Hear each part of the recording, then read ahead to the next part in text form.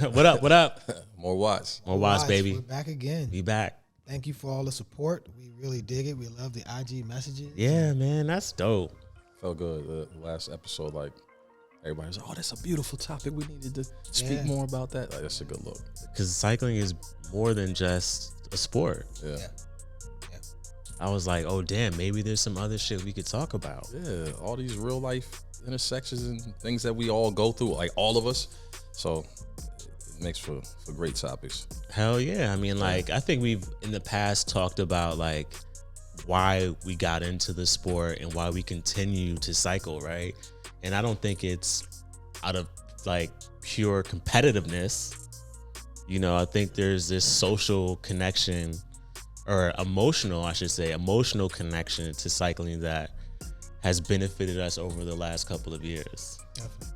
You know? Jump too far and let's introduce ourselves. I'm Chris. Oh yeah, shit. We just Chris. talking. Right. We've been doing this for so long. Like we just continue our conversation from off stage. Oh yeah. Yeah. So welcome to the More Watts podcast. I'm Chris. Tron Rides on IG. I'm Chad at Chad Bennett. Hey, Sock. Black Watch Cycling on Black Watts Cycling. All right, let's get into it. Yeah. We starting off weird today. Start off weird, but it's all right. You guys are growing with us as we grow. Yes, this just tells you that, listen, none of this shit is scripted for us. We just wanted to dive in anyway. This is just a conversation that we want to have with y'all. So we appreciate you sitting down at the table with us, listening in, giving us your feedback. We appreciate it all. Word.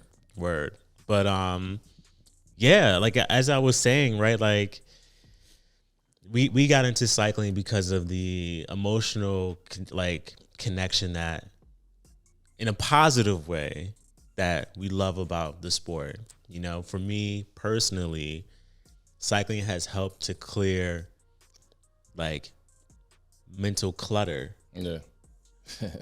You know, especially after a really challenging day, whether it's something that's happening at home or at work, you know?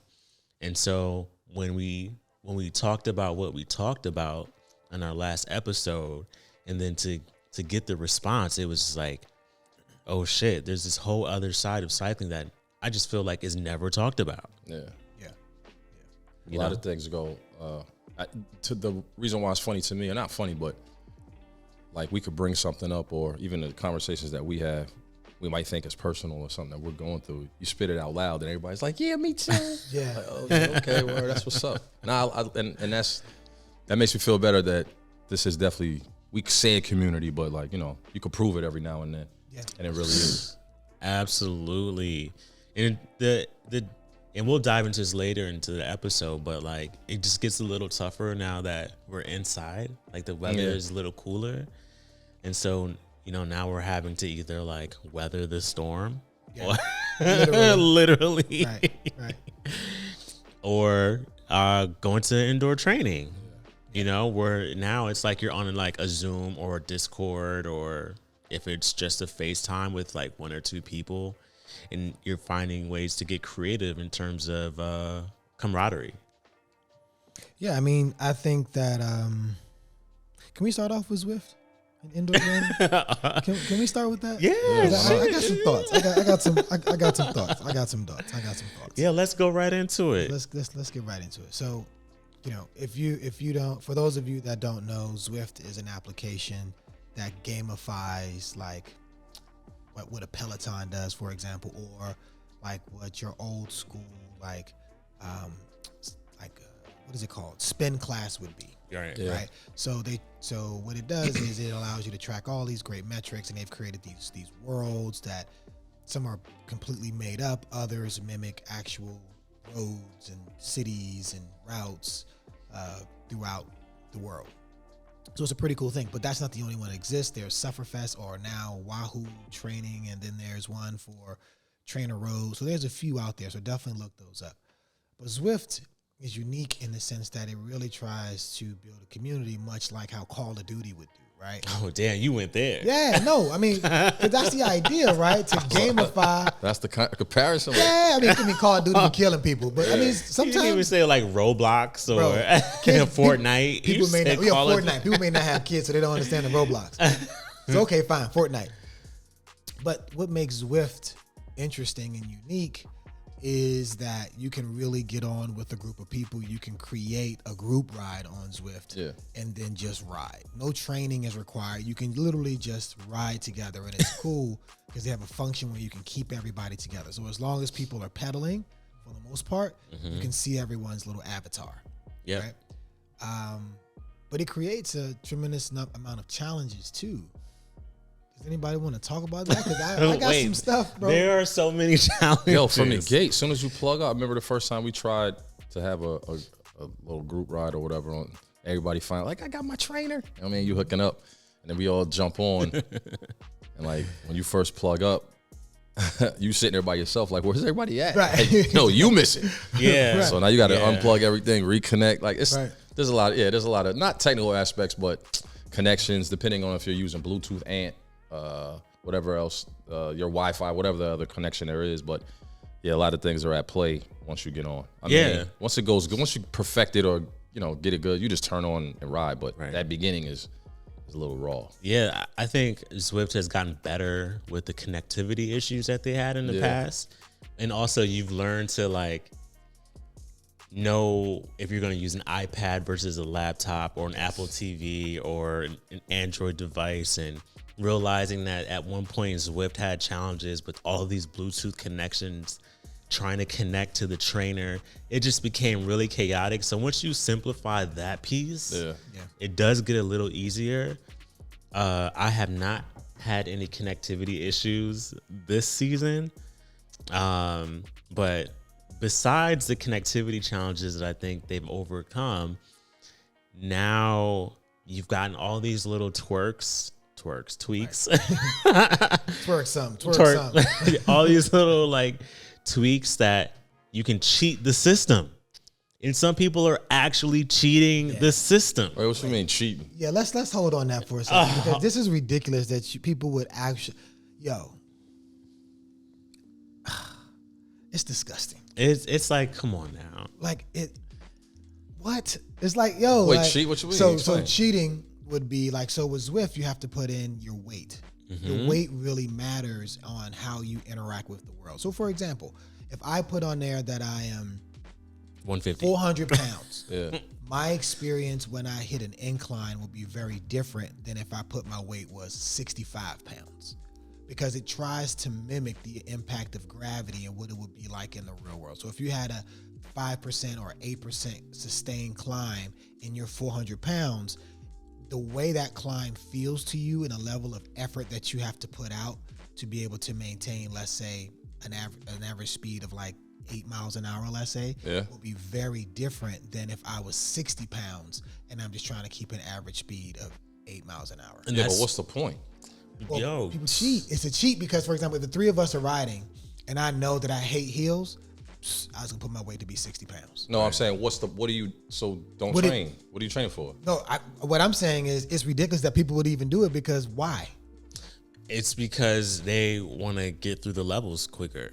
Because the gaming aspect. Yeah, it's the true gaming piece of it. People are trying to do all the routes. That's over here with the up, down. Yeah. Left, right, A, B, start. For those that love Contra, that's that Contra, aka old school Nintendo. If you know, you know. Yeah, so like, it's just like, come on. Then some people actually lower their resistance. Oh yeah, so on Zwift there is a leveler where it basically it's a resistance leveler where you can actually mimic what it would be like true. So for example, if you're going an 8% climb and you put the resistance, quote unquote, low, it would almost be as if the climb isn't there. If you put it absolutely to zero, it's like you're on flat ground. Yeah. So even though if Ak has his on 100% real feel, Chad has his on 50% real feel, and I have mine on zero, mine will be like I'm riding in Miami. Yours will be like what the actual hill feels like, and Chad's will be in the middle, like rollers. Right. So mine is definitely on 100. Maybe I should. Yeah, mine is on 100 too. But the cool thing about it is that if you're doing a ride and you're just not feeling it that day, but you want to get out with people, you can shift that to whatever you. I mean, I never do it, but I was like, oh, this is a novel idea. It's a cool thing, so that people can still ride together and do that.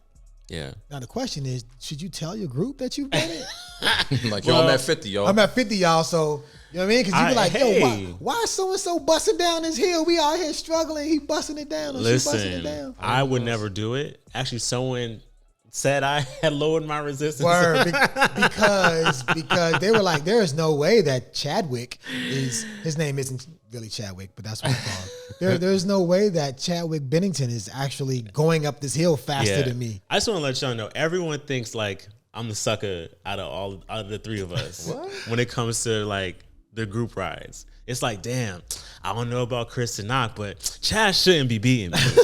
Yo, That's the bar. Like Chad shouldn't be beating me. Oh, like, shit. I know that energy, and it's okay, but I should be beating you. word. That's funny. So it was just like, sent out a message like, hey y'all, just make sure your resistance is up 100%. I said, man, if you don't get the fuck out of here, Let them live. just accept you got, because I made the ride a drop ride. Yes, which means that you have the option when you create a group ride of keeping everybody together, i.e. no drop, which as long as you pedal, you can see everyone's avatar. Right. But if it's drop, it's just like you're outside. Yep. So if you hit a climb and you ain't got it and you dropped off the back, bye-bye. You just riding by yourself. Riding by yourself in a virtual world sucks. And it gets lonely. It gets really lonely because you don't have all the other avatars out there.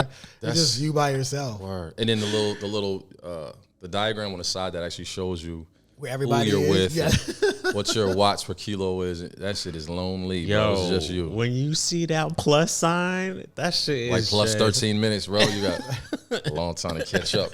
Yo, and it's happened to all of us. Yes, you it know, has. it's It not has. like, oh, we've never experienced getting dropped virtually. We absolutely have, especially if you've done like pace partner, Whatever. whatever. It doesn't even matter.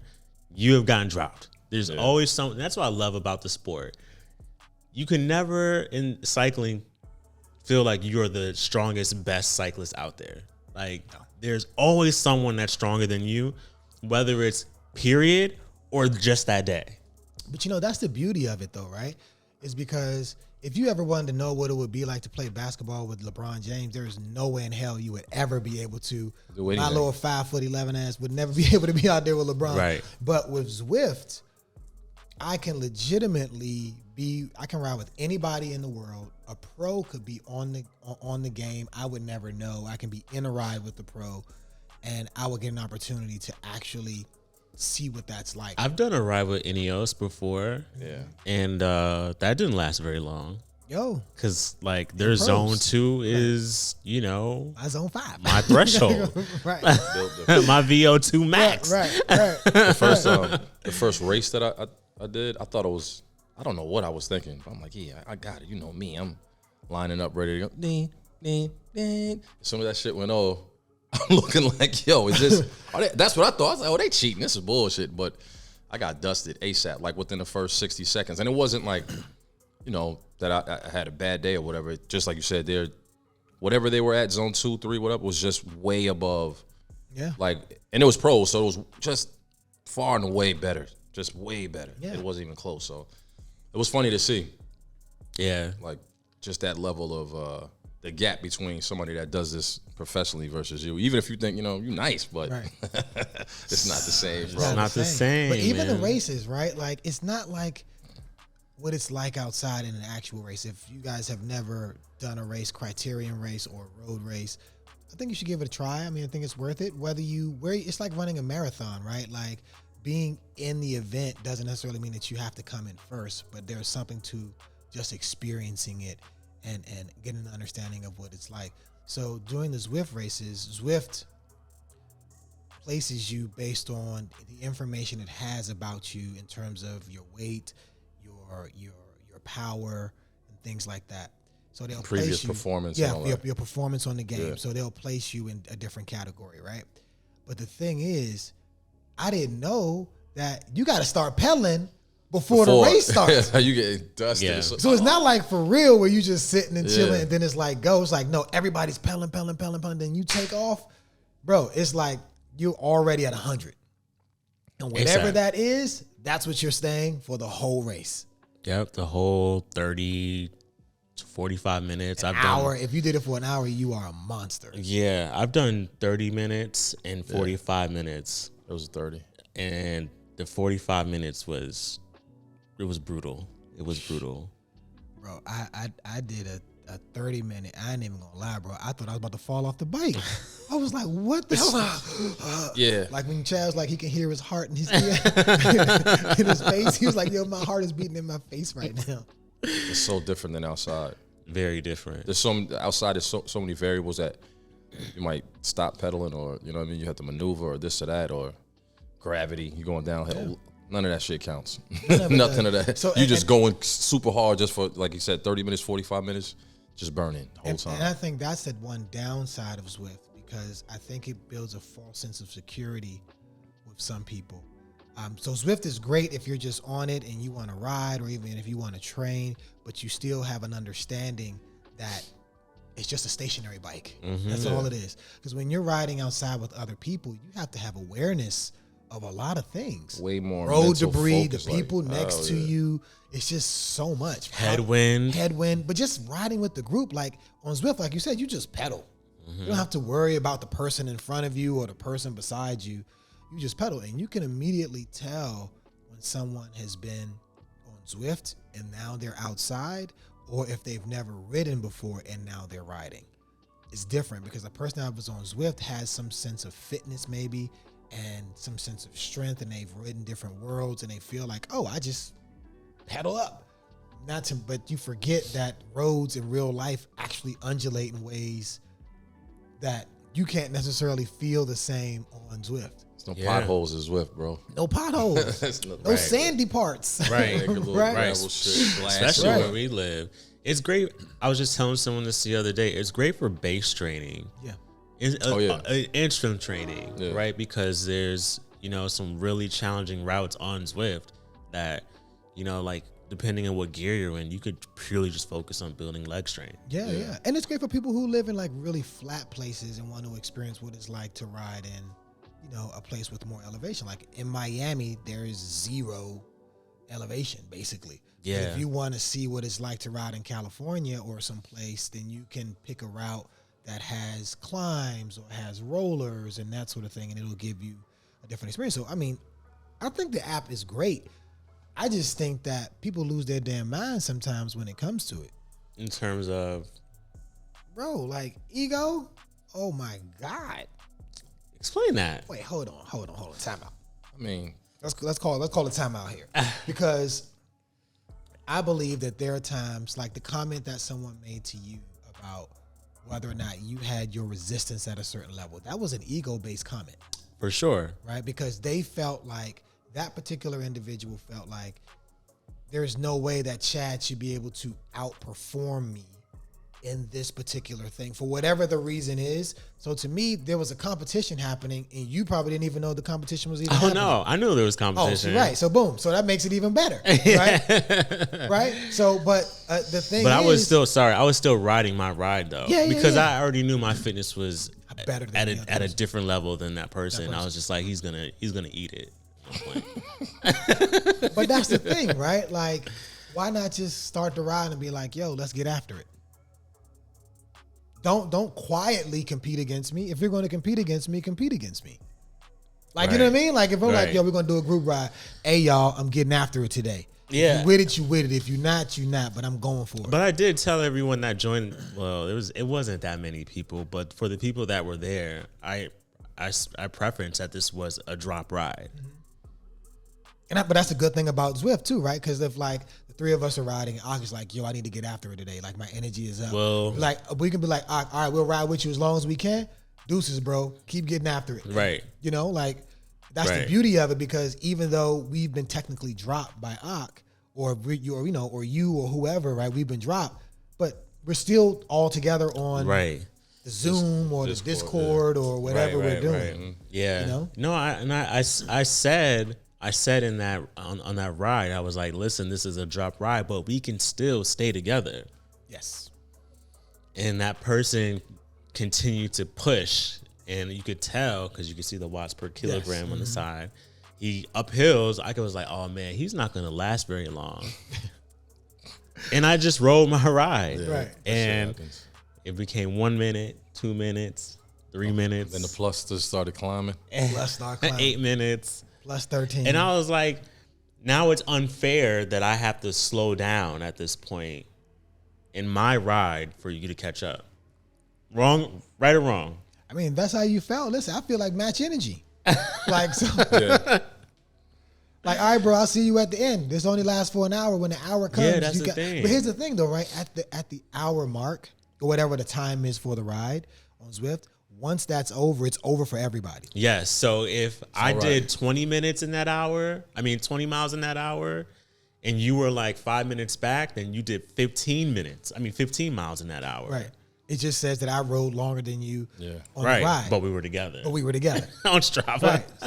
Right. So, and I think it's hard for people because outside you physically see people riding away from you. Mm-hmm. Right. And I think that some people, when it comes to group rides, they try to, like we already talked about how cycling can be douchey and just like super competitive, particularly like I feel like there's a lot of testosterone and it kind of changes things up quite a bit. I mean, I'm not saying that there aren't competitive women, but something about when men kind of try to get after it. So like that testosterone, when it happens outside and everybody's charged up, it's like, that particular individual is charged up and it's like, it's like a pickup race, but nobody knows it's a pickup race. Right. Because the ride hasn't been described as a pickup race. It's just Right. like, hey, y'all, let's get together. So if you're joining somebody else's group ride, I always ask, what's the expected pace and what's the energy of the ride? And people sometimes will like, well, what you mean, Chris? Like you're strong enough? I'm like, no, that's not the point. I don't know if I want to do a pickup race today. Right. Maybe I just want to ride. I like to Yeah. go and kick beforehand it. too. Yeah, like if definitely. it's going to be a pickup race, it's going to be a pickup race. Let's just talk about it. Right. Have I ever did that to y'all? What? Did a pickup race? No. Lied about what was going to happen on the ride. You've never lied about what's going to happen with the ride. But I will say there have been times that I have been surprised of when the charge up happens. Yeah, Sunday Motor Co. Yes. Some was after it. Like, Yeah. So now taking this back to Zwift, the same thing can happen on Zwift.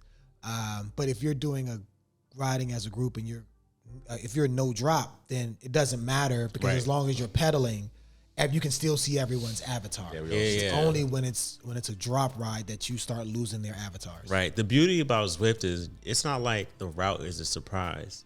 Like, so you can go into a ride understanding like, there's a ton of elevation. And I would say like the misconception with Zwift versus outside, when you do a ride that's like 15 miles and it's 1,000 feet of elevation, you kind of don't know in what groups of elevation. Yes. Because like on Zwift, the elevation can come in those just like last 4 miles. Word. So you could have done 100 feet of elevation for 15. oh, then I was time to turn. That And last then- 5, you did 1,000. You did it. That mountain route with the tower. That's how Yeah. that is. And then you're just dying. Yes. You know what I'm saying? So like I would say that is a really like misleading part about Zwift is you just don't know. But also 1,000 miles outside is kind of like 1,000 feet of elevation, you mean? yeah, 1,000 feet of elevation, excuse me, is pretty easy. Yeah, it just depends on how it comes to you. Exactly. Where you're at. But like when you're doing like 2,000, 3,000 feet of elevation on Zwift, you've basically spent the entire time Climbing. climbing. Yeah. Speaking of time, man, I don't know about y'all. I can't sit in that saddle on Zwift for like hours and hours. I see people riding for like 4 or 5 hours, bro. Yeah, I saw someone do 5 That's out of five control. last week, 5 hours. After On an one hour, setting? yeah, in one shot. Yeah. After about 60 minutes, She did, I think it a was problem. like 70 miles in that 5 hours. That's dope. I couldn't do it. I mean, Hell no. I got up to 2 hours, but that's a very specified zone 2 endurance ride where I'm like, all right, cool. I'm chilling. You know what I mean? Like I got my little nutrition next to me and I'm pedaling for 2 hours because now 70 miles on Zwift isn't the same as 70 miles outside because of body positioning, right? Outside, like, your body is moving because the bike is moving. The bike isn't just staying in one position Your body's in one position. All little micro adjustments and larger macro adjustments you make, standing up, sitting down. You got to turn here. You don't really use your upper body on Zwift. Like you're not. You know how you torque the bike to side to side. You don't get in. But also, there's no turning. Like even if you're riding and you're making a turn, not necessarily fast, but if you're turning the bike, even if you're still pedaling, it's a shift in position. Yeah. You lose a lot of that. You know, but on Zwift, unless you have some special setup where you got like this board. Oh, the rockers, the rocker thing. Yeah. Oh, that shit looks like a waveboard. Yeah, it's tough, bro. Like, so shout out to those people that can sit down for 5 hours and just do that. Yeah, I couldn't. I'm at 2.5 hours. That's your max so far? Yeah, and that hurts. Yeah. Around like the 2 hour and 10 minute mark. As soon as that movie ends, you like shit. Right. I'm like, all right, there's no bib. I don't think there's a chamois that's gonna be able to save you from the feeling. So after that, I was just like, okay, like this is not going to be something I can do like frequently. Maybe like once or twice a month, I'll do 2.5. But right now, I'm somewhere around like 1:15 to 2 hours on a regular. Yeah. Because at this point, an hour for me, just based on where I'm at, I'm like my fitness level, it's just not enough. An hour is just not enough. Yes, it depends on what you feel like. You just getting started. Yeah. Like you just kind of like at that 35-minute mark, you feel like, all right, I'm just really getting started and getting warmed up and into it. Right. But I cannot do a ride in silence. No. I cannot do a ride with just music. It needs to be either a crit race, a show, or movie. That is it. I can't do podcasts. I don't want to listen to shit. I want to listen to what he's talking. Yeah, like it's got to be something, you know, like in duration where I'm like, I'm just going to sit here and I'm going to watch this and I'm just going to like stay in a specific zone or I'm just going to climb. Yeah. Because climbing also helps too. Yeah. Because you're able to get out of the saddle. It's the flat rides, the flat long endurance rides where your butt has just been on that saddle for way too long. It's not like when I'm out, even if you're riding by yourself or you're in a group outside, you ride long enough, you start having like deeper thoughts than you would normally. Yes. Because you're just the same, like you get a runner's high, you know what I'm saying? That expression. Yeah. So you just get in that zone. I never catch that on Zwift. Like it never happens like that. I feel myself like, yo, I'm bored as shit, bro. Yes. So I mean, in that type of way, I get into a zone on Zwift where I forget what's on the TV, especially when like I'm solo and I'm out on the Zwift world. Yeah. And like someone wants to turn up and we just boogieing. We doing like 24, 25, and it's just like, oh shit, I'm in the zone. So I've caught that high on Zwift. It's just work. It's just work. Yeah. I mean, and by the way, all of my Zwift rides now, except if we do a group ride, are all with a training element to it. So even when I like the workout that I did on yesterday morning, for example, I set it whatever. You know, it was like an hour of zone 2. I just chose the climbing route.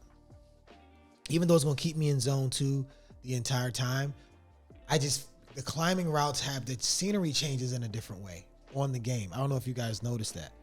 But if you ride the flat ride, outside of the obvious change when you're riding underneath the damn ocean or something crazy like that. Right, but the little tunnels and all that. But the people that are on the climbing routes that'll ride past you or ride with you or that you'll pass, they'll actually give you a thumbs up a lot more than the people that are on the flat routes. Like, so the climbing routes on Zwift have a whole different like culture.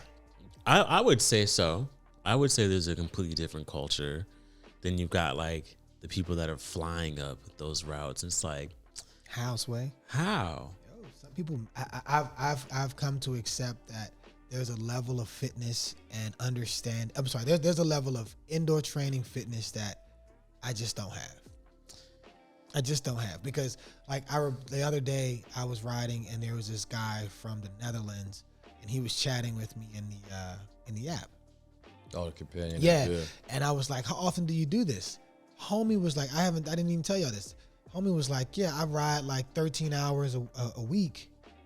I'm like, damn. And I was like, how many of those are climbing miles? He was like, wherever I live is really flat. So eight hours of that is climbing. So basically, homie's body is just like, he's used to whatever the mountain route, Alpe do Zwift, like 13 all hours those. a week. Yeah, I think I'm at like 7 or 8, maybe. but that's still a lot. That's still a lot. Damn. That's a lot. Now, if you're one of these riders out here that like to do century routes and like you that's your thing, the 80, 100, 125. I guess maybe you can do Zwift, but I don't know too many people who ride that much outside that can do that on Zwift. To put 100, nah. 100 You know what I mean? Like I feel like it's Yeah. either you are a Zwifter, like I do 100 miles, I do 4 hours on Zwift, or you are a roadie, like or a gravel person, like I do that mileage but outside. Yeah, Right. So this is my first year doing that many miles on Zwift a week and putting out that type of time on the bike. So like I'll keep everyone updated on how it translates outside. Now that's kind of the goal is like, see what the difference is. yeah, I'm going to Where spend the gains are. Right. I'm going to spend a lot of time climbing. I'm going to spend a lot of time on the bike, just building that base and endurance. And I'm curious to see like how well it translates. Yeah, no, it's going to translate, like particularly the climbing. Because also I'm on a 48-35 crank and a 10-28 cassette. Yes. So His climbing ratio is 35, 28, which is like 1.25. If my math is right. I don't know if they know what that means. Yes. Oh, his gearing ratio. Right. My bad. That's his gearing ratio. But the point is that even if you have your right gears, he's basically saying that he has other bikes that have an easier climbing gear. Correct. Right. So his legs don't have to work as hard. So you're just getting stronger. He basically training with ankle weights. Bro. Yes, basically. Go outside, get the running. It's gonna be. So I will keep y'all posted on how that translates, but I'll make sure it's the proper ride. It won't be it won't be a beginner's ride on one of our weekly events. It'll be a respected ride. The ride. Yeah. But this makes me transition to like personal health just in general. Like you guys were talking about that, like runner's high, or like Chad, you described like that when you zone out. So how you can reach that with tech, because I still haven't been able to reach that with tech. So I'm more like Ak, where if I'm running, I can zone out. Yeah.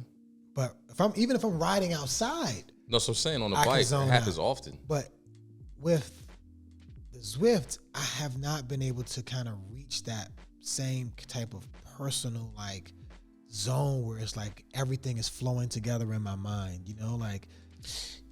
You know why? Because you're in your home. Yes.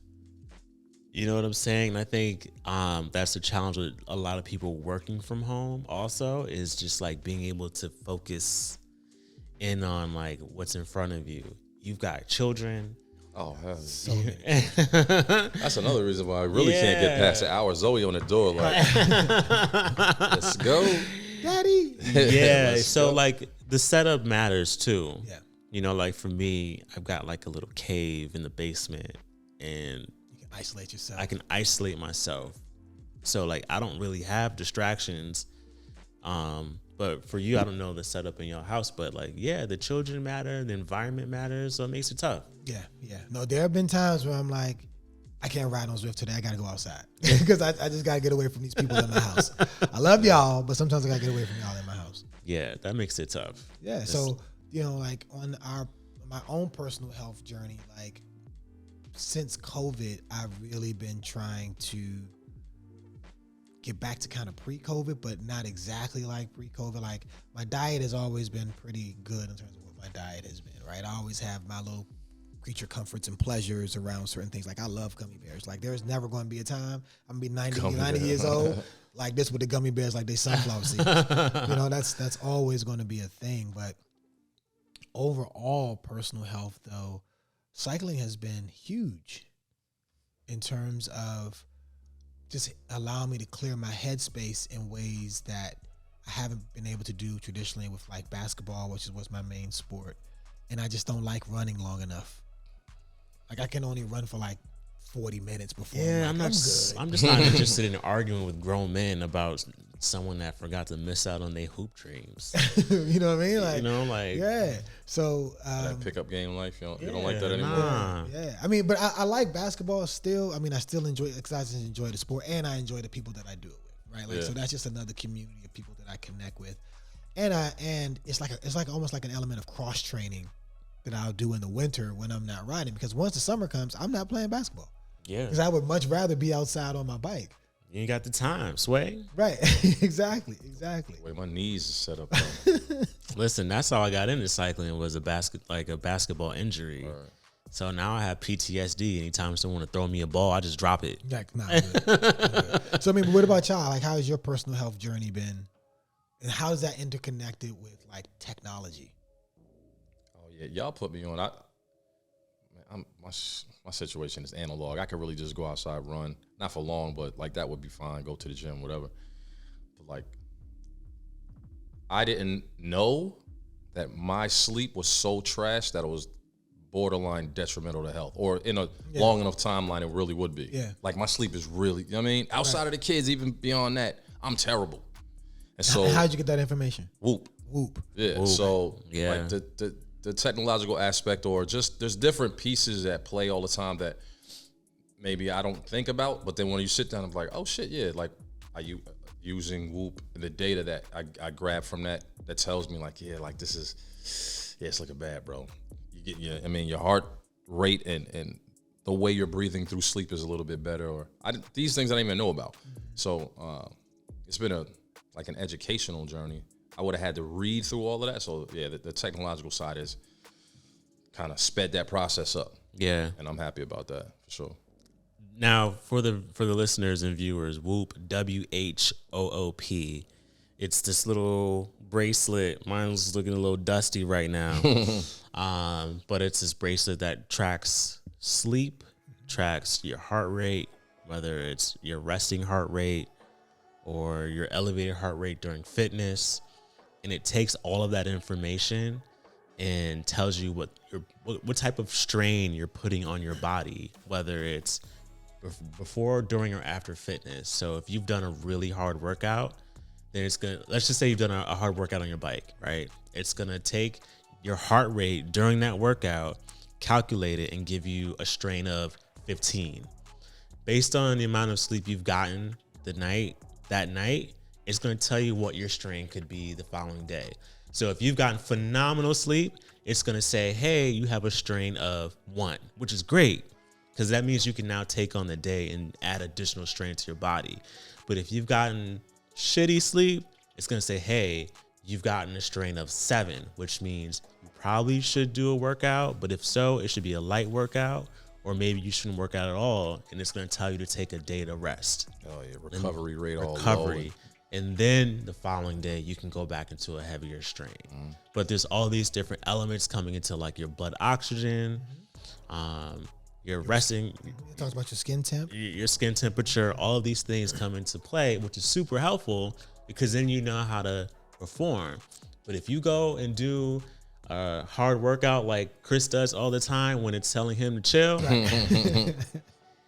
what's interesting is you kind of perform based on like the strain, right? Like if it says, hey, you're in the red today, then you probably will perform as if. Right. I mean, one of the you'll things feel that Whoop, that's actually great. Thanks, Doc, for bringing that up, because what I've realized is that, and just for all of you guys, Whoop is not predictive, right? It takes past information and gives you some information based on what is happening, all the data that's happened in the past. So you have to wear it for I think 4 months, 3 months or something like that, so we can try to get an understanding. No, it was 30 days. 30 days. 30 days. Okay, 30 so you days. can try to get an understanding of what it's like when you sleep and like when you exercise and that sort of thing. But the more you wear it, the more data it has, and the better you get an understanding of what that data is. So, for example, I know that because of my Whoop, I've always kind of knew it, but the Whoop demonstrated it to me, which is that if I'm sick, I can probably do a hard workout one day, but the next day I'm doo-doo. You're done. Right. Yeah. If I'm not rested, like how Ak mentioned that he hasn't gotten sleep. So if I haven't gotten sleep for one day, I can do a hard workout for consecutive days, maybe 2 days max. After that, I gotta just rest. Yeah. Right. But if I've slept, but my sleep hasn't been optimal, I can do maybe a week's worth of hard intensity before my body's like, nope, shut it down. Yeah. Right. Like, so it's just little pieces of information like that I understand. And some days my Whoop will say, like, so it gives you colors like red, yellow, and green. It's yelling at you. Right. Like for your recovery, I'm speaking more about recovery now, right? So if your recovery is green, it's like, yeah, you're ready for a lot of stress in whatever you're going to do today. Sometimes, bro, my joint is green, but mentally though, Right. I'm like, I don't feel like going on that group ride. They're going to ride too hard. Yep. Because you could have a stressful day, which will elevate your heart rate. Yep. And you still won't be able to perform the way you would normally be able to perform. Yep. So Yep. The surprising, well, not surprising, but the dope thing that I found from it. Now, granted, and they don't sponsor us or anything. We're just using, because it's users. what we use, right? And there's plenty of them out there. You can check out different devices. But the thing that surprised me was, I'm like, all right, you know what? Whoop is saying like, yeah, you could go to bed at like 9 o'clock. You don't have to go to sleep. Just get in the bed. Relax. You know what I mean? Yeah. Relax yourself and then make sure you sleep from at least 10 or 11 till this point. So I'll do that. And then it still extracts plenty of data while you're sleeping. And I'm looking and it's just like, yeah, you woke up this many times. Like, oh shit. That I don't know. Like I'm unconscious of that, but like you're waking up frequently. And that's where I was trash. So I found things that I couldn't have known otherwise, like unless wifey just sitting up there watching me through the night, you know what I'm saying? Other than that, like I wasn't aware that I was frequently waking up. So gathering that type of information just has made things a lot better as far as the amount of sleep, the quality of sleep that I'm getting. Yeah. But it also helped me understand my sleep hygiene, right? Like you guys can Google that term, but basically it's like, like when you think about your personal hygiene, like how, for lack of a better way to describe it, how clean is this particular thing going? Like your personal hygiene, do you wash your body? Do you brush your teeth? Like, are you keeping up some sense of cleanliness? So I look at that in terms of my sleep hygiene. And my wife and I talk about it a lot because we think about it in terms of the kids. So we try to make sure the kids put down all devices 2 hours before they sleep. But I found that some nights I don't put my own device down. So even though the Whoop would be like, chill, rest, I'll go and get into bed and, you know what I mean? Like 9:30 and it's like, oh yeah. But my sleep hygiene will be horrible because I'm scrolling through something, right? So my brain is still active. And so with that blue light. That blue light and all that, right? Yeah. Like, so it's weird because I know it because I'm protecting my kids' sleep hygiene. I protect my wife's, but sometimes, like, and I told her, like, I need you to protect me because sometimes I need protection from myself, right? So sometimes I'm like, yo, babe, just take my phone. Because for whatever reason, my mind is still turned on and I'm distracting myself with social or YouTube or reading an email or responding to one of our crazy text threads or something like that when I know goodness well I need to be sleeping. Stimulated mind at that hour is bonkers. It's tough because I kind of grew up not as a child but as a young adult and being a creative, and that's when I got the most inspiration was like late night. Right. Okay. Yeah. So like it's kind of like this is the only time in my mind that I feel that I have that time to like think of all the creative things that I want to do. So I find myself having really like shitty sleep for that reason. It's like I just got to shut down. And sometimes my body would be like, listen, bro, it's a wrap. Right. I don't care what your mind says. But these legs. I fall asleep with glasses on, phone in hand, it on the couch. It does not matter. When my body says it is over, it is over. It's time to take your ass to sleep. I think the like applications and devices like Whoop are beautiful. Like, I mean, you could if you're into digging in the crates as far as the data is concerned, it'll provide that to you. But like the backside of that or the other side of that is, I gotta say, globally, we're all fucking up. As far as this is concerned, it's gotta be like this. Yes, technology is up. Like it's better in our lives in some kind of ways, but the backside, the downside, the detriment to these devices, I know, I believe that there's a lot to it that's like harmful, but even greater than that, I just don't even think that most of the things are even known at this point in time. Like when we were talking about with kids and, you know what I mean? Like that's a big topic right now. It's like kids with devices and how we're parenting in those regards. So as far as technology is concerned, in the little health aspect to our life journey, there's all type of good stuff on this side, but there are some detrimental parts. And the detrimental parts, see, I feel like it's like cigarettes back in the 50s. And you just didn't know yet, right? Yeah. It's like, oh, these cigarettes feel great. You know what I mean? Like, yo, think about if you look through, go back in archives and whether it's YouTube or whatever, and you look at TV shows or movies, they were smoking. Yeah. For real. Like smoke. real Like smoke. chimneys. Like all three of us right now will have a whole jack. Right? You know? But over time, it was like, oh yeah, smoking causes cancer. Lung cancer specifically, right? Because of the carcinogens that, you know, they just start lacing stuff with for capitalism purposes, right? Right. You know, and I believe that in 30 years, we're going to learn the same thing about our devices. Oh, shit. Well, the interesting part about all this is we still, to a certain degree, don't trust technology. Yeah, but there's going to be a generation, like Ak always says, the fact that people don't talk to each other is going to be the norm, and we're going to be the abnormal ones. That's trying to have a real conversation. Yes. It's like, yo, why are you calling me? Like, why are you talking to me right now? Oh, man, if you don't get your old ass started. Right. And that's scary because I legitimately feel like when we start putting our babies in front of the devices, the device becomes a babysitter, but we don't understand the implications of if it's changing their brain chemistry. It has to. It absolutely is. We don't even know the effects of it, you know? For us to have children out there, we've all seen our children go through withdrawals. Yeah. Like you take the device away, whether it was as punishment or, hey, we got to leave and go somewhere, and their whole body language and attitude just shift. And you're like, yo, we're going to the playground. Right. About to do. We're actually about to go do some fun shit. And you upset? Right. Yeah, you know? They like, that's not fun, Dad. Right. When I was doing on Roblox with my friends, that's what's fun. Right. And they don't even know how to connect with their friends in real life. Outside of those things. You know? It's it's when it comes to that, it's twofold because like my oldest will find something wild, interesting. I'm like, holy, what did you find that? Something, you know, science-based or whatever. So it's good there, but then like, yeah, it's time to go to bed or time to do something. Or, you know, like you said, turn down like an hour or 2 hours before. When it's that time, it's fit sometimes. Like, you know, it's a little. It's drug, bro. We're taking it's weird. You're taking away my narcotic. So I found that, and it hit me, and I'm sure a lot of parents have come across this. So that whole time of take it down, like, all right, so devices off. That's our little phrase in the crib. Like devices off, and it's time to take it off for them. But I'm still working. I'm on the laptop with a phone or somebody looking at me like, word. Right. So like, we got to turn ours off. But we are not equal, okay?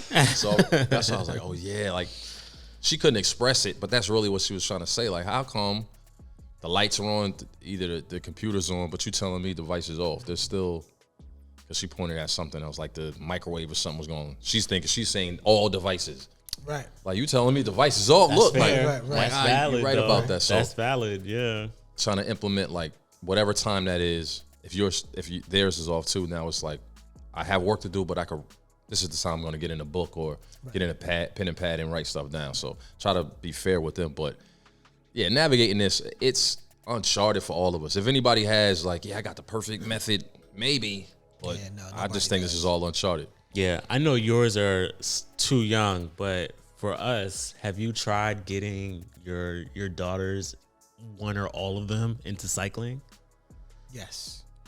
Light. So my first two, no, they're not doing it because they're like in their 20s. They're like, whatever that. I mean, you know, like they'll go for a bike ride. But on a beach cruiser. Yeah, like, you know, like we're just chilling. Like even my wife, who's like a Peloton warrior, like let's go, Leslie, let's go. Come on, let's go. You can do it. 6 o'clock in the morning, screaming, right? Like really working hard. Get her outside on the bike. Bro, she's pedaling 3 miles an hour. Like 2 pedals and coast until the bike's about to stop. Then pedal and coast. I'm like, babe, we gotta go a little. We can walk faster than when we're riding right now. No, and then with the younger 3, one of them is just like she sees, two of them see the bike as just a way that they go hang out with their friends, like how I was, right? Which is like, oh, I have my bike, so my friends are riding their bikes, so let's all just ride our bikes. Whereas my youngest, I think she wants to do it because she's just a daddy's girl, so she just kind of wants to do what you do, what I do. So I told her this spring we're going to ride more together, and I'm going to really try to see if she enjoys like actually just going for a ride. Like a real, proper ride. That's dope. Yeah, my daughter, she loves riding. She just hates climbs. Right, because nobody loves climbs. Nobody loves climbs. So, like, we could ride. I think the longest ride we've done was like 7 miles. Oh, dope. And at the time, she was 9. And I was like, yo, she's actually really nice. Like, in my mind, I'm like, yo, if she actually said, Dad, I want to focus on, like, cycling, I'd be like, yo, she about to be a beast. Like, because she knows how to shift gears. She knows how to climb. Her cadence is amazing for a young girl. And I'm just like, yo, like, if I could just nurture this. But she's kind of like, you know what? Nah, Roblox. Like, we're done, Dad? Okay, where's my water bottle? All right, let's go home. And that technology take over? Yeah, it's like you like when she says, hey, let's go for a ride, I literally drop everything I'm doing and we go for a ride. Right, you try to grab that and bottle that while it's there. That's actually pretty dope. Yeah. That she does that. I mean, I don't know how mine are going to end up, but you know, like I've done so many, because I have so many children, I've done so many sports, and you see how they lose interest. And they'll be into something and then they'll be like, I'm done. It's like an off switch happens. And it's like, I don't want to pick it up. I don't want to touch it. Like we did lacrosse for like 2 seasons. Are you going to do no. Yeah. I mean, that's good that they don't like it, you know, so you can cross it off the list. But it's like, man. Yeah, when they say no, it's, yo, they've really checked out. But I talked to my wife about this because she was a runner through middle school, high school, and in college, right? She did long distance running. And running is a lifelong sport, right? I started riding bikes when I was really young, and even I moved to basketball and that sort of thing, but cycling is still a lifelong sport.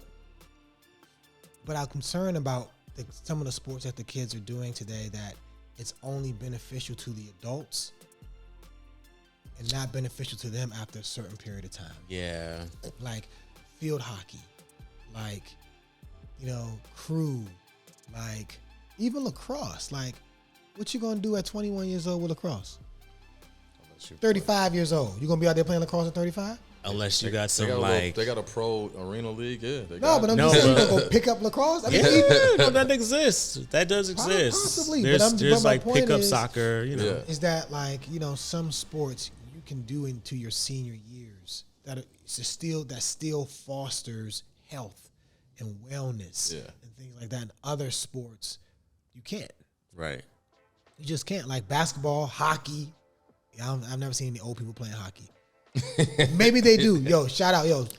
You're put not something even in the comments. Watching hockey though. Like I watch hockey every now and then, but I'm just saying. Where would you go to watch a pickup game of hockey, Chris? No, I would never do that. Exactly. They might be out there. That's in the what ice. I'm saying, yo. Hit us in the comments, yo.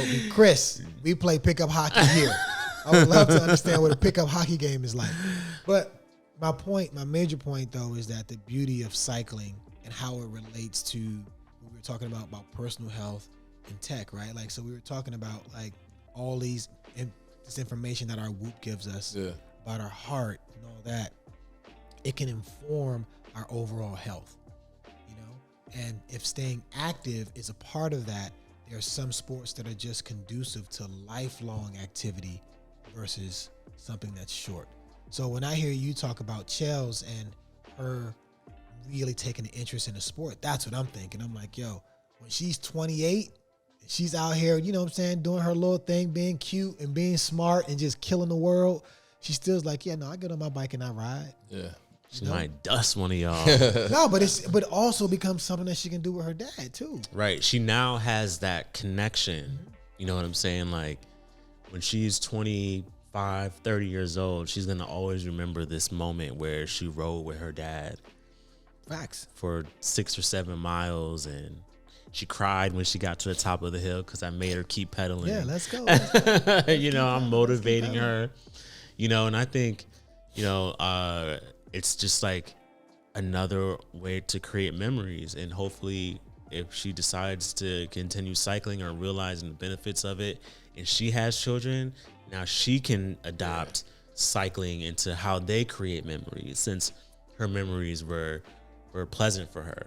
You know what I'm saying? And so like that's a beauty in cycling is, like you can create these memories and have conversations. There was one ride with her where, like she just genuinely wanted to know about my day. And I'm like, at first we would just ride and I'd make sure she wouldn't hit a curb or she was keeping her eyes straight, and she got comfortable enough and more experienced as a rider to say, now I'm confident and I can talk to my dad on these rides. Y'all went on a camaraderie ride. And now we went on a camaraderie ride. And that's what it turned into. And she's building awareness on the street, when to stop, when to go. She's looking both ways.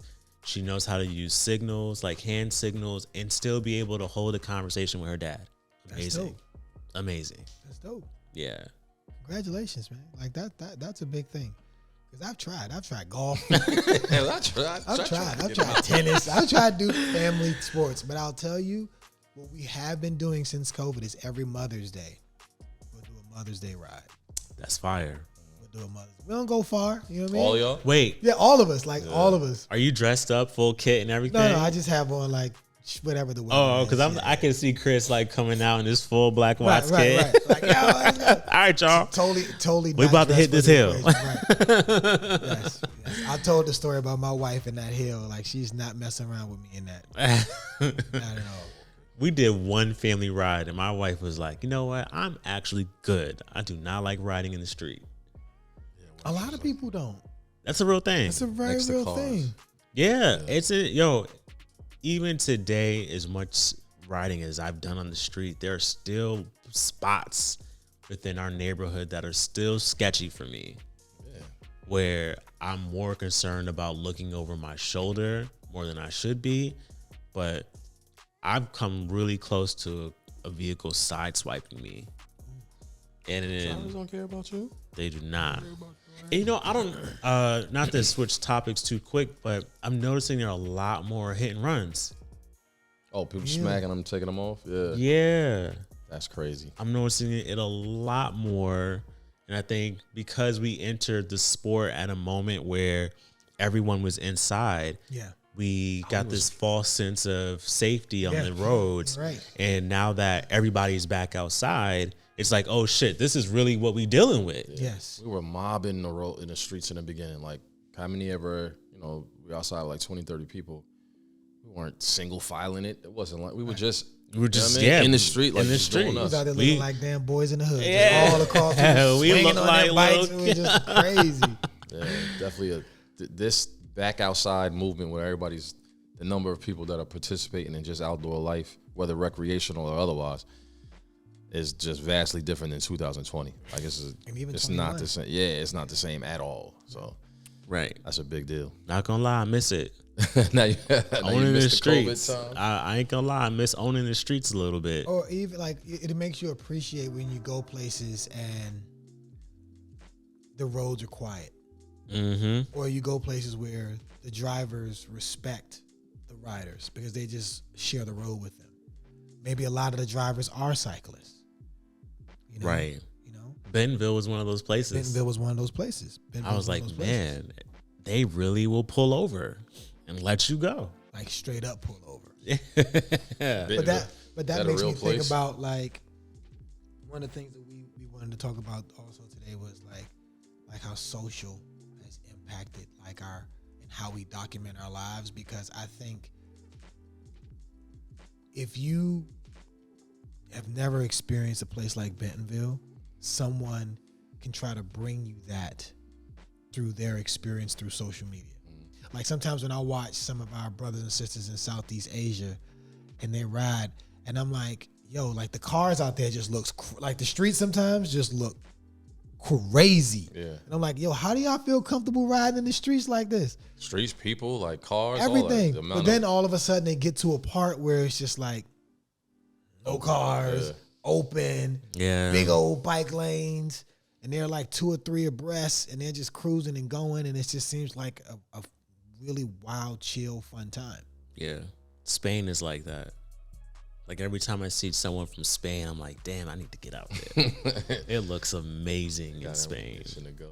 Yeah. I mean, the document, I don't, outside of cycling, obviously we know what it is. It's just, that's a staple in life right now, let alone just a part, like just documenting your life, whether it's on social or just online, just digitally, period. It's just a giant deal. It's, Isn't it, do you feel like it's an obligation at this point? I mean, I did, but I kind of felt like I fell off once my oldest was born. Like, you know, those first couple of weeks, like, oh shit, I'm a parent. I mean, after that, I don't know. I just kind of fell off. So I'm not really sure, but I look out across the landscape and I'm like, yeah. Now, whether it's like IG or Facebook, maybe not there, but like LinkedIn, yeah, I have to.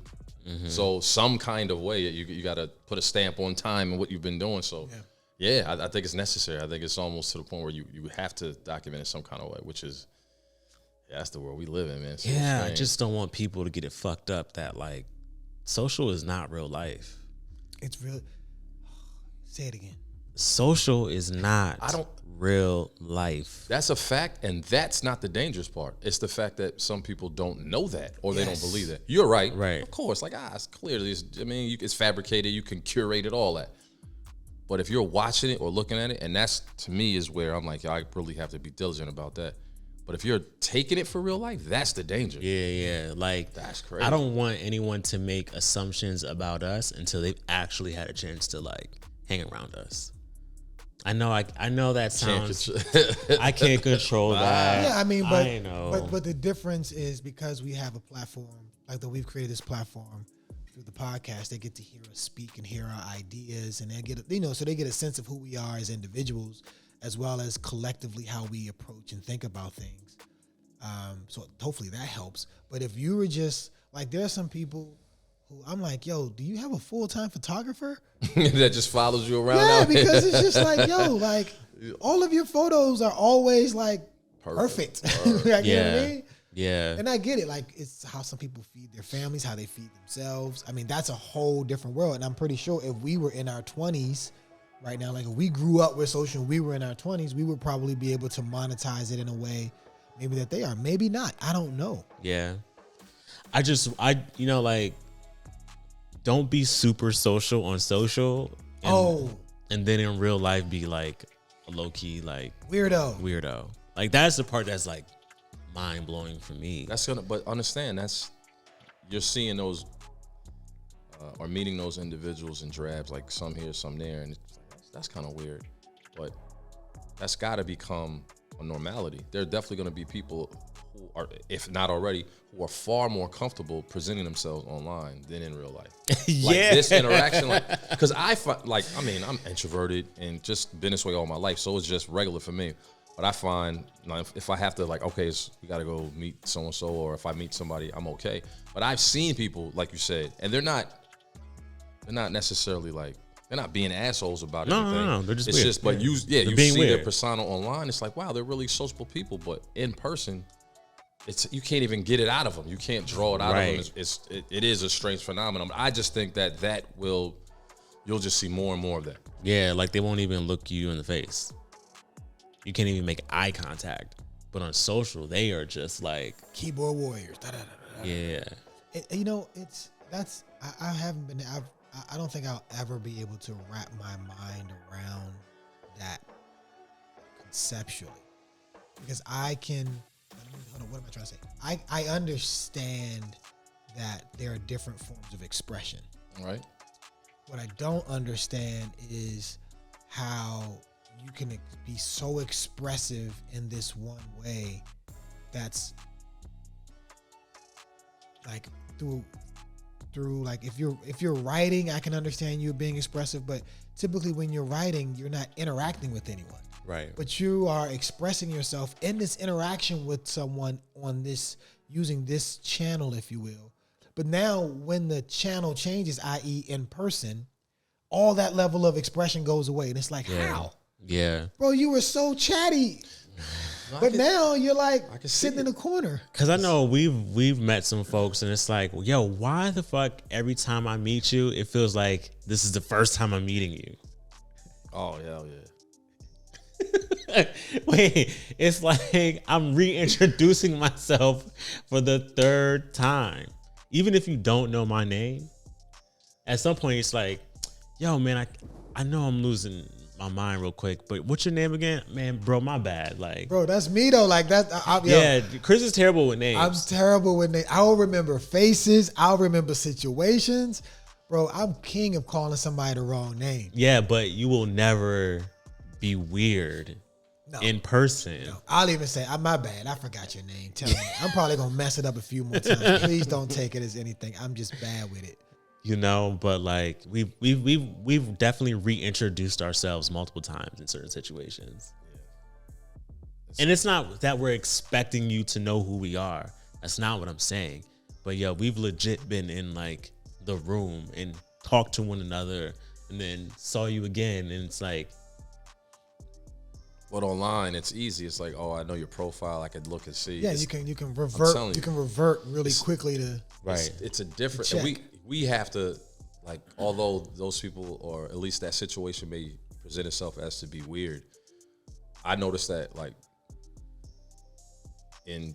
at work, and you know what I mean, social settings as well. Like I really got to check myself because I can't think that everybody's thinking in that vein. Like, yo, this bro, you was super like jovial and just outgoing online, and now we're here and it's just nothing. I can't think that that's abnormal to me. It's just more and more. I see it more often, so it just becomes a regular occurrence. Like people definitely present better, or it's just more comfortable for them to present online. Yeah, I just think it's a generational thing, and it's a paradigm shift, right? Because maybe it's the same for y'all, but when I was growing up, it was always go outside with your friends. So I was always pushed into an environment where I had to interact. Right. I had my little neighborhood bullies like everybody else did.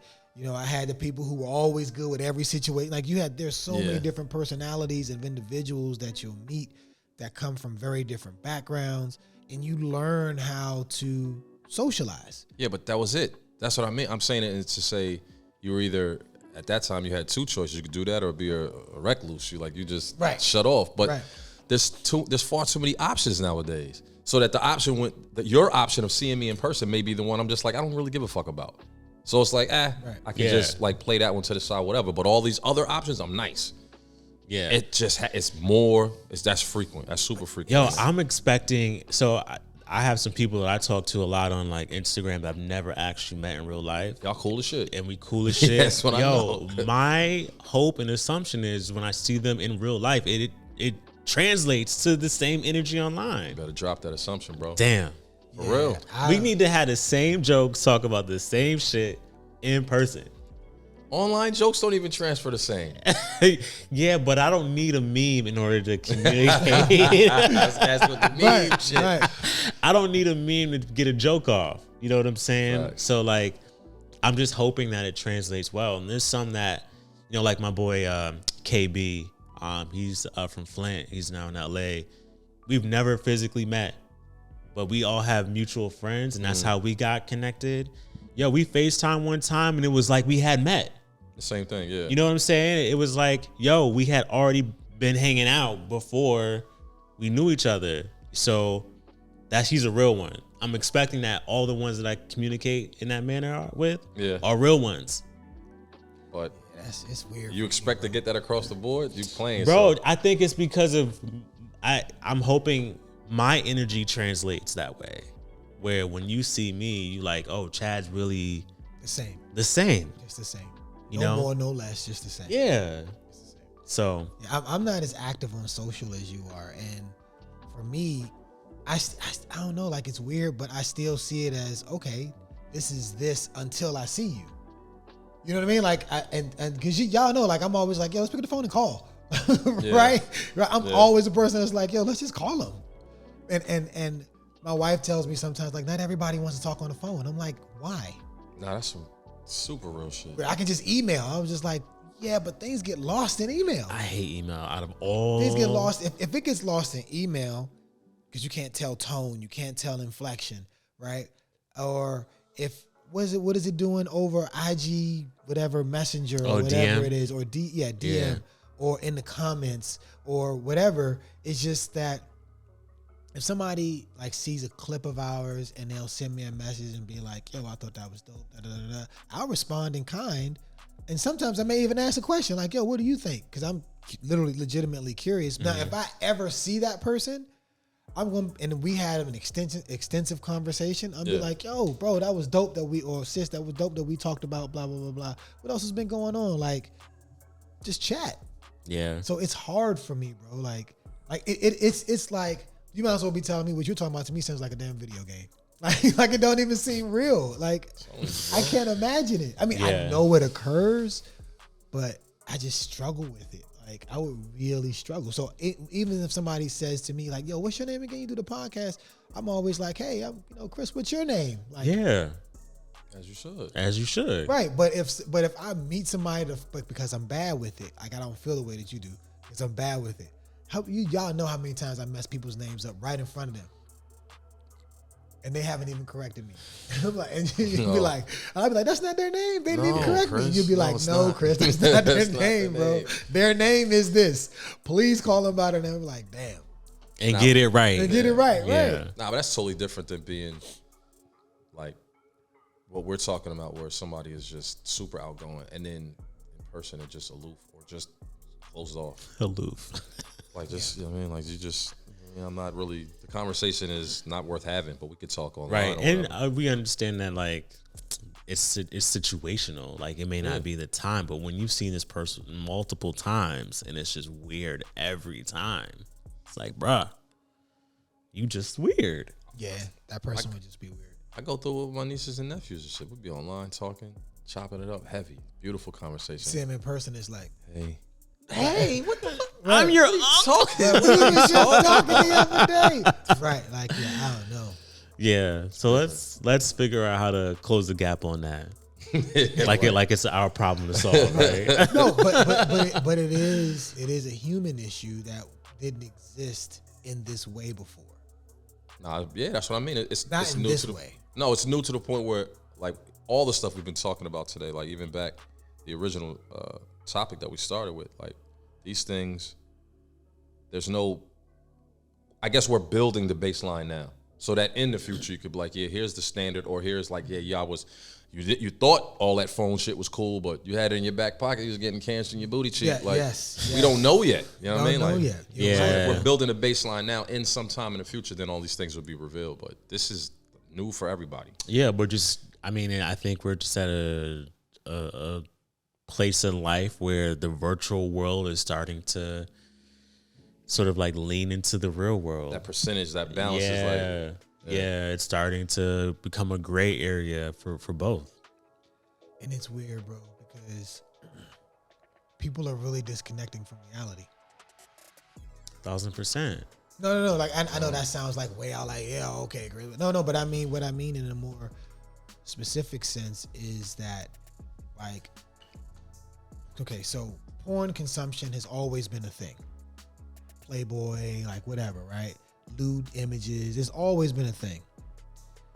But there's some studies that are showing how there's an uptick in a specific type of porn consumption. I don't mean like genre, like you like breasts more than you like booty cheeks. That's not what I mean. But I mean like to the point where in some societies or in some cultures, because there are apps in terms of how people meet, they literally will be okay with like, I'm going to chat with you here, but I'm going to get this fulfillment through pornography. And so to me, that's taking out a human, because I'm not interacting with you in person because I'm online. Yeah. And now I'm getting this pleasure that typically happens between two humans. I'm now getting it again without a human. And capitalism has been filling the gap by allowing you to have plastic dolls or, objects. Or, no, but I'm serious. But to me, that is the canary in the coal mine for me. that shows just how disconnected we're becoming from each other. Because what you're describing, Chad, about how people may act weird or be one way online and be a different way in person, to me, is that further drawn out disconnection. And what you're saying is like it's building a baseline. That's a scary fucking baseline. I mean, it's like once you let it out the bag, you can't. Oh shit, this looks crazy. Let me put it back in. It's a wrap, bro. Bro, could you imagine? Whatever path we're on, we're on it. Right. But could you imagine like apps allow you to swipe, right? To be like, oh, I like this person, I don't like this person. Could you imagine doing that shit in person? In real life, people are lined up in front of you. It's called like, speed no, dating. Yes. It's no, speed dating. Yes, but they're no and yes and you. Like, so you get all your yeses, and then they're like, how many of y'all would swipe him? Right?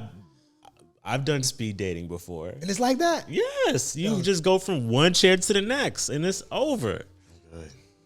But that's not the same, because you're still talking to them, right? On speed dating? Are you talking to them still?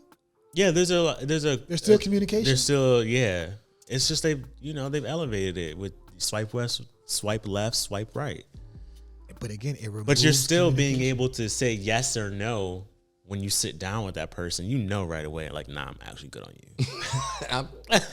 by look, you're saying, but because the swiping is based on looking at them, and it still is in speed dating. It's just now you're forced to have a awkward conversation with that person for the 30 seconds or 2 minutes, whatever it is. The app gets rid of the conversation. No, just no. Yeah, right. But that's what I'm saying, right? Yeah. Even with speed dating, you still had to have some form of human interaction, even if it was uncomfortable, which is a part of human interactions, right? Yeah. Now, by removing that, that's where the weirdness comes, because that's always going to be there. But if I've never engaged in it, now I'm looking at you like, oh, nah, but you're like, we talk all the time, son. Like, why are you looking like that? Right. It's relative, bro. Like, if we speaking from our perspective, and our clock and calendar comes with us, so we're gonna have that. Calling us old, bro? No, I'm saying to Chris's example, I definitely, from the age of whatever, when you first come off the porch, when you're like 7, 8 years old, from that time till I'm in my 20s, the amount of hours spent outside with other people will, like, let's say somebody's 30 years old, or in the future they're 30 years old, the amount of time that I spent outside will dwarf the amount of time they spent outside with people by probably 100x. Like, it's not the same. It can't be. Right. So I can't be like, yeah, why the fuck? No, it's totally different. They're looking at you like, why wouldn't you get on the app and date somebody? Wow, are you out here trying to meet bitches at the grocery store? Man, bro, that's... Why would you? At one point, I thought that was a spot, by the way. The grocery store? Yeah. Yeah, no. In Atlanta, it was. Shout out to Atlanta. I don't know. I said that because my nephew talks to me that way. He's just be looking at me like, yo, y'all, the old dudes are different, man. And I was like, yeah, y'all young dudes are different. Like, I get it now. At first, that was my approach. Was like, what's wrong with y'all? But it's just, that's their life. This is their life. Like, what we look at, like, wow, completely online. Like, yes, yo, all the way. I grew up. I don't know anything different. It's just weird. It is like grandparents, aunties, and uncles on Facebook. your nieces, nephews on TikTok. It's just a weird place to be right now, bro. I don't know where I belong. Like, is it just Instagram? This TikTok shit is weird. I'm not doing nobody's dance. I'm not doing no trendy shit. Like, Black cycling page. That's it. That's where it is. Don't even get me started on the adults doing this. I just like posting cool things. If you follow me, it's probably a lot of sneakers and cars and shit that makes me laugh. That's about it. Bro, I don't even know when to post or what to post. I'm still trying to. I feel like my yard has mad high hedges, grass high. Like, yo, I'm like, I don't know, man. And I post more on stories as opposed to like actual Instagram posts, just because like things change so much. Yeah, it's like, yo, you get a glimpse into what I care about for 24 hours, as opposed to like if I post it on my page.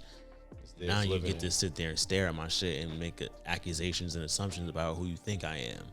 Wow. See, I never even thought that far about it. I'm good on that line. I've never. You know what I'm saying? Because you can look at a person's page and be like, oh yeah, I can tell this person's like sucker. And it's like, no, you can't. he might really duff you in real life. I'm sure it happens too. Yeah, you know. So like, you get these stories, B. Strange life, man. Get these IG stories. So wait, so that's what stories are supposed. I thought. See this. I feel like the old man, bro. Don't do it. I for Don't real do it, Chris. feel like Don't do it, stories Chris. was like, oh, you know, hi. Don't do It's it. like saying hi, like walking past somebody, like, how you doing? Like that's it. Yeah, it's 24 hours. That story lives for 24 hours unless you want to make it a highlight and someone can go back to it. Other than that, it is archived, which means no one else has the ability to view it Right, unless you pull it out of the archive and make it a highlight. Make it a highlight. Okay. Right. So most of the shit that you see from me will be in stories.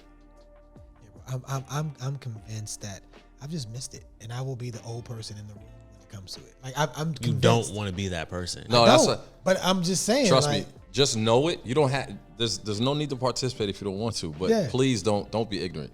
No, Don't do no. that. I I learn all the definitely time. told Ak in a conversation, fam, get the Oculus. Do not be out here in these streets not understanding what is happening inside Yeah. of that world. Like the meta world Yeah, we have is We have one. It's whack. The experience isn't like this smooth, like Ready Player One, like that movie. Did you ever see that movie? Yeah. yeah. It's not like that. Nah. But I think in their minds, that's kind of where they want to take it. Yes, like business meetings are happening in the metaverse. Like right now. Like real business transactional meetings I think that's are dope. happening. It is weird. It is. It is weird. Because you can make your avatar look like whatever. Yeah. Yo, but could you imagine? You have to know it. Bro, you can't. bro, not could know you it. imagine? I'm gonna tell you. Here's the wild part, right? So if the metaverse can take place, and let's just say in somewhere in the distant future, we can all link in like Ready Player One and beyond. What will that do to like prejudice and racism and caste systems and all that? What you mean? Because I can be whatever I want to be there, right? Like you cannot have prejudice against me because of my skin color. You probably cannot have prejudice against me by the inflection and tone in my voice, right? Because you can have voice synthesizers, you can have all these other things to create whatever it wants to be. Bro, you talking about a world that you want to dive on that? You want to get in that world? I mean, it could be interesting. I'm wondering, like, what would that world be like? Because effectively, can you be rich in the metaverse? Can you be rich in the metaverse? Yeah, like how we have So you mean wealth here in the real world. Like, would Elon Musk be Elon Musk in the metaverse? I mean, he's able to create and build his own currency in it if he wanted to. But nothing matters there, right? Because we don't eat there. We don't sleep I there. think you're thinking about it wrong. No, but I'm Yeah. just saying, right? Think Like, about it wrong. I like where you're going with it, but you know what I mean? Like, because it knocks down all those walls. Because yeah, it's like, but like, okay, so let's go back to Instagram. Some people live off of their social currency, which is followers. yes. And So people engagement and stuff engage. like that, right? No, not engagement. Oh, just followers? Pure followers. Like someone is out there right now telling someone else, I got more followers than you. I have 20 million followers or whatever that number is. And here's how I'm actually generating income from it. That is a certain level of social currency, Yes. right? Yes. Mhm. So like in that sense, that is possible for Elon Musk. So whatever his currency is today, whether it be Instagram or Twitter, he's probably able to shift that over into the metaverse and create the same sort of following. But the question is, should he? If it's able to generate income in the real world, otherwise, I don't give a shit. You're not making no money and you got 1 million followers and you just wasting your time. Yeah. Right. But the cool thing about the only thing that makes the metaverse cool to me is that everybody starts at the same place. There is no head start. There was no slavery. There was no persecution of Jews. No, seriously. No, because it's a made up world. Right? There is no caste system in India. Right? Slavery. No. Because what I'm trying to say is Hot space right No, I'm Follow me, trying though. to get with you. I'm trying to get with you. Follow I'm me trying to though. get with you. Follow me, right? So like in the United States of America, there are generations of people that got a head start. Yeah. Okay, because they had free labor for work. Okay, I'm there with you. So now, even if that labor was given an opportunity to earn money, there is no way that that labor will ever be able to close the gap between those that started with free labor and those that are now starting having to pay for labor. Okay. You cannot close that gap. Okay, fine. There can be an event that can take place. You win the lotto. Oh, you start Amazon or whatever, right? Like, that doesn't happen for the average person. No, but you mean collectively. Collectively, right? Yeah, but you got to understand, to even own the equipment in the metaverse, you've already reached a certain level of like status. Like not everyone out here is spending $200 some on an Oculus headset. No, but what I'm saying is that if you got an Oculus, because they'll make a way for you to be able to get into it. Yeah, but right now. Yeah, but so let's say that happens in 5-10 years, then the people who are able to afford it from the beginning are ahead. Yeah. Are they? No, but I'm saying, but I guess what I'm trying to say is, and I have movies as examples, but I've always thought about this. It was just like, all right, if the entire world now is made up, everything is made up. I don't eat there. So I can be poor as hell eating whatever I eat. I don't bathe there. My housing isn't there. You see none of those things. And but you're assuming a 1-to-1 transfer, and it's not. It won't be. Mm-hmm. So let's just, here's not an example. I'm not sure if this will work out, but I live in a physical reality since I live a meager life. I have a studio apartment. I don't make that much money as far as like job is concerned. My diet and food choices are pretty poor. I live in a food desert or whatever, but online I'm super popular. Yes. I'm this, I'm not, I'm that. Yes. Now, unless that's monetized, if it's just for the social aspect, I'm Gucci there. But it's not a 1-to-1 transfer. Like if you could take your social situation on this side and transfer it and it's monetized, bet you make money, but it doesn't have to. You could still be online or be in that zone and be nice with it. There's people that are like with Fortnite, the games you were talking about, like there's different levels there. You're super nice with it. It doesn't transfer back this way. Right. Yeah. No, but what we were saying is that it may not never need to come back this way. It may just need to stay there. Now my currency, with a capital C, right, is I have this social capital now because of how well I'm performing or doing or whatever the case may be in this particular world. So Elon has done it in the real world, but in this world, this little homie who lives in the food desert, who or sis who, or they're off in this third world country or whatever, right? But they've been able to establish this whole thing, whereas Elon has not. So it flips it on its head. That's the only dope part to me about a virtual world. Yeah, but racism does exist in the virtual world. But I'm saying how? Like, okay, fine. Racism doesn't even make sense in the real world. So how?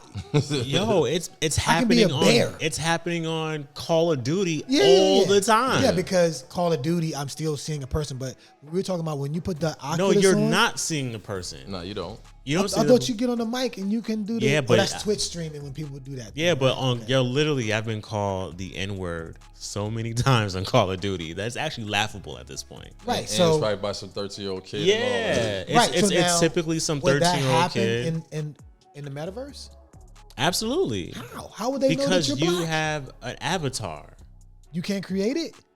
You can create it. But Right, why so would you? I'm a bear. I'm a bear. An avatar is a person. Chris, if you were to build an avatar right now, would you build it as a white person or would you sort of have it mimic you right now? There's a two-part answer to that. If I'm just messing around with my kids, I usually make like I like The Legend of Zelda. So my avatar is either Spider-Man or Legend of Zelda. No, right? that's not an option. That's not an option. What I'm saying. No, it's not an option. Okay, so now you're saying if I'm entering this actual world. Yeah, you have to build a person. That is the first thing you do once you get your Oculus is you start to build out what this person looks like. Right. So if you this have is the world that I'm going to live you have and a blank operate head. in. You have a blank head.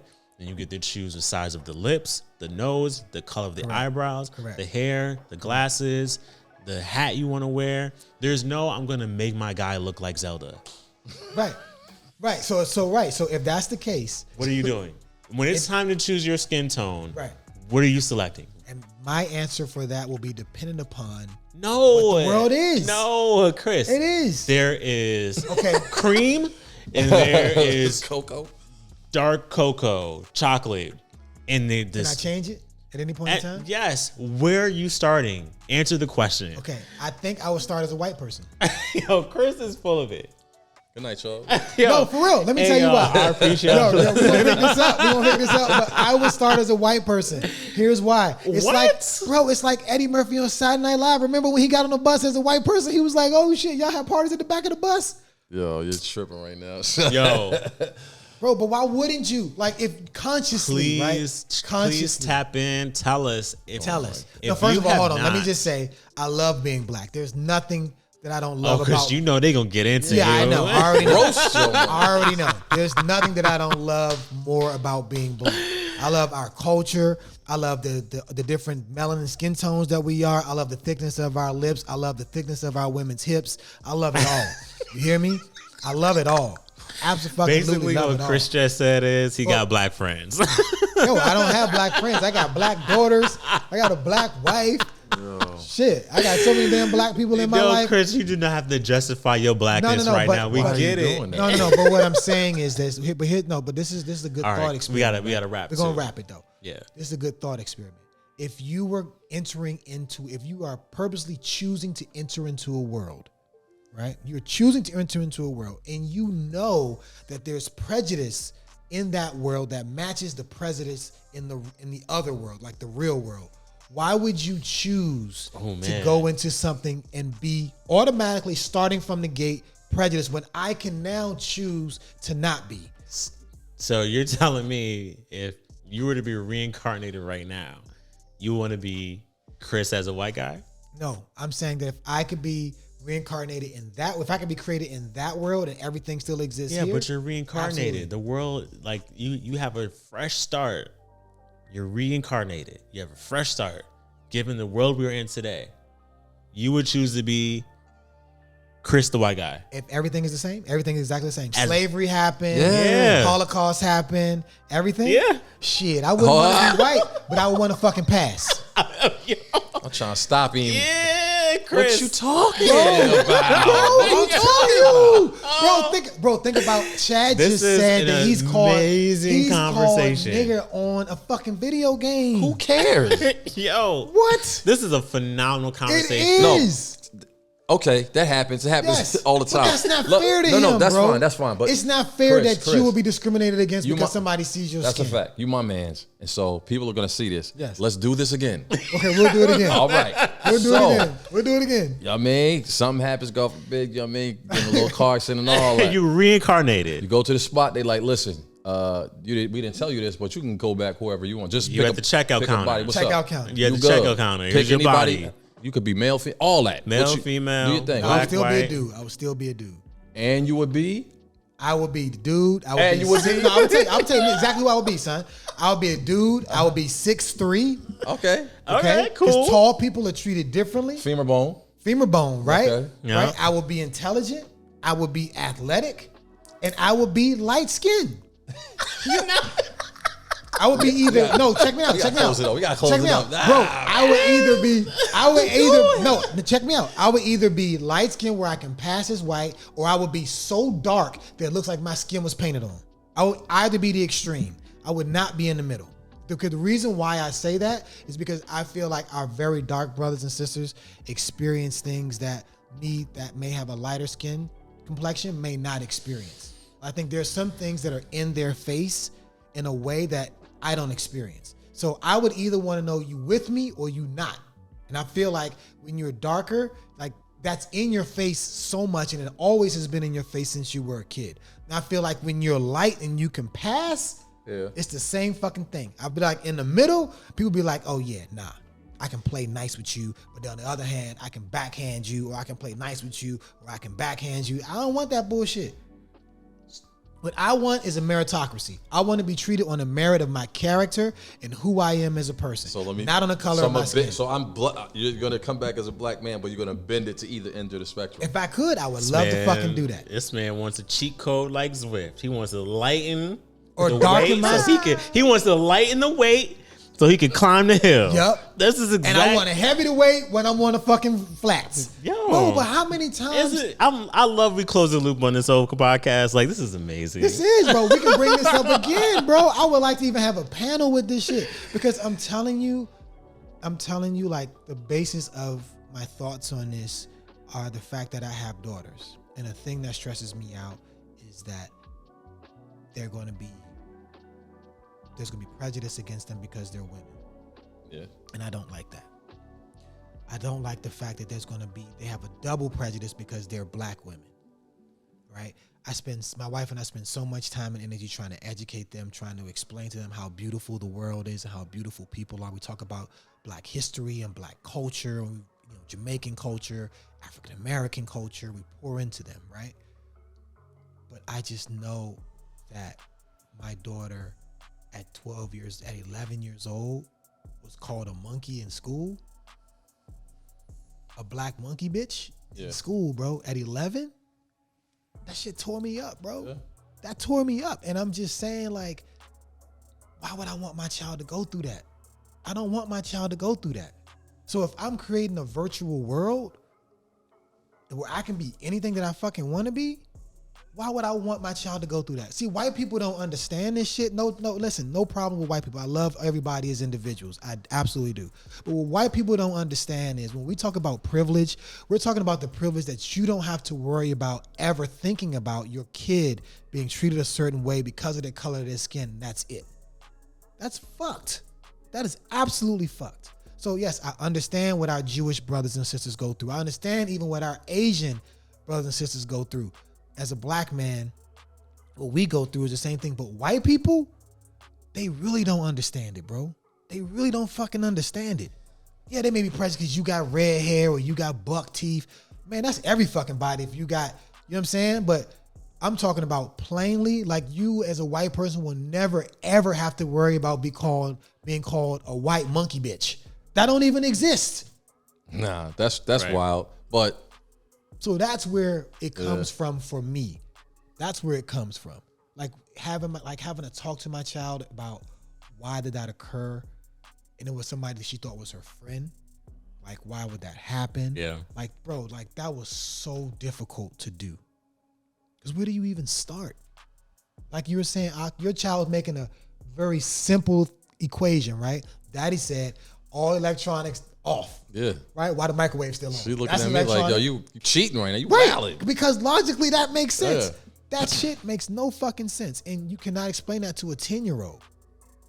How do you explain the thing that's most illogical to a 10-year-old like race?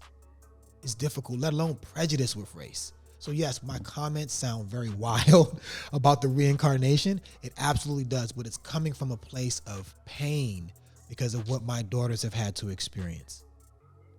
Yes, my wife, she knows we ride together, we understand it, but when you see your babies go through it, bro, it's a different type of pain that comes. It is. So come at me if you like, but at least you know where I'm coming from. What's your IG handle? Let's work with it. At Tron Rides. At Tron And there's Rides. another Tron Rides too. Don't get them fucked up because the other one gonna be looking like, And he's wait. a black dude too. Yeah, he's a black dude too. He's a black You're dude like, too. hey, wait, where's the smoke coming from? Right. He's a black dude too. He's a black dude too. But don't get it twisted. I know my history. I know my culture. I'm very well versed and educated on a number of things. But I'm just saying, race as a construct is wild. When I was in South Africa, while my daughters were there being educated, I wasn't even black anymore. That's fucking wild. Yeah. I flew 24 hours, put my feet on the earth someplace else, and now I'm not black. I'm colored. What? Yeah. There's layers to this There's conversation. layers. We'll pick it up. We'll come back to that. This was an amazing conversation we had today. I'm black in the metaverse, by the way. Ak is black. Chai's probably black too. You know I'm black in the Yes. metaverse. And I will be your friend. So we could. I'll be shifting my slider, bro. Yo, Chris be like, I got black friends in the metaverse. No, I'll be like, yo, I'll shift my slider. I'm black. Yo, what y'all need? Y'all need something done? You need to buy that house? I'm gonna shift to my white thing. Let's go buy that house. Oh my gosh. Word. Listen, y'all. Thank you for checking us out today. This is an amazing conversation. A little different. Please chime in. I think there's please chime in on the Zwift, chime in on the whole digital social thing being weird, all that good stuff, what you've experienced, all of that. Like, we appreciate you for chiming in. We've got a good hour and change today that we kind of talked through a lot of stuff. So if you've listened from beginning to end, shout out. Yo, thanks for staying. Super, God damn. super thank you. Follow me, Chad Bennett, on IG. We can chop it up. We can talk about Chris. Talk about me. Talk about me.